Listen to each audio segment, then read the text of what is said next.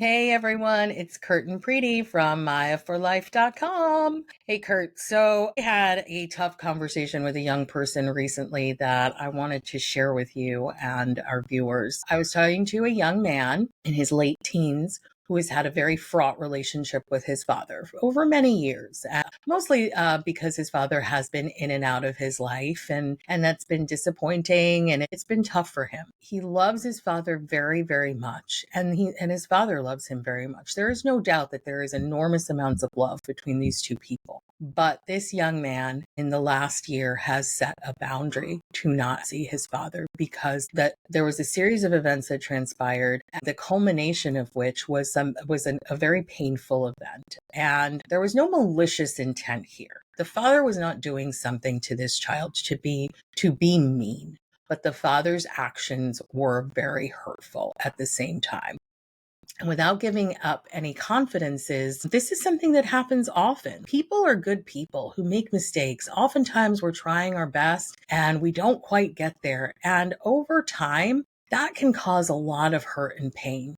And I was actually really proud of this young man for being able to stand up for himself and saying, this is not good for me. Something's wrong here. This is not how a dad is supposed to behave. That was really hard for him. He didn't want to do that, right? But in this conversation with him, I suggested that at some point, my wish for him would be that he'd be able to forgive his father. Not necessarily that they'd have a relationship again and ride off into the sunset. That's not for me to decide.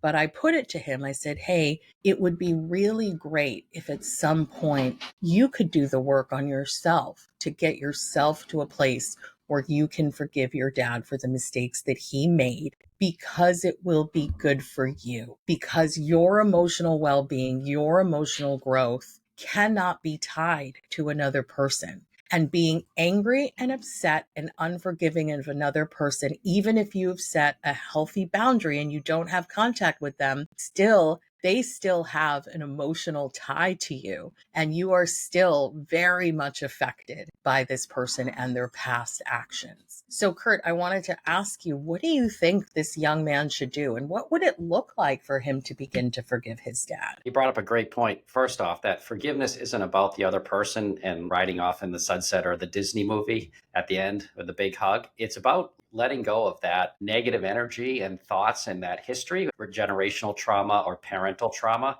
and that he's just clearing the deck for himself. He's making himself well. He's making his future relationships better. He's making his relationship, if he has or has kids, better. It's all about him. It has nothing to do with his dad.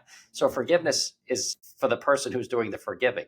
If it does match up and there ever is coming together and a mutual forgiveness and moving on, that's great. But in the end, it doesn't matter if the dad even knows or is part of it. It's to build up himself and to heal himself. And that could be done, again, in therapy. You know, we cover a lot of self-esteem things and generational traumas at the Maya courses for teens. But as long as he has the amends or he's had the healing, it actually doesn't matter what the other person is. And in your case, it's a dad, but if it's a friend or a mother or a sister or an ex-lover, you can forgive, and it has nothing to do with them. It doesn't mean you call them. It doesn't mean you have to walk up to them. It's for you. It's for you to build up your big one, your higher self, and to let go and change that trauma or reenacting that over and over in the next relationship. Right. Holding on to this resentment is re-traumatizing yourself. And the thing is that we don't have control of other people, places, and things. We can't control what our parents do and if our parents do right by us. Right. That we can't control, but we can control ourselves and our actions. So he did such a good job setting that boundary.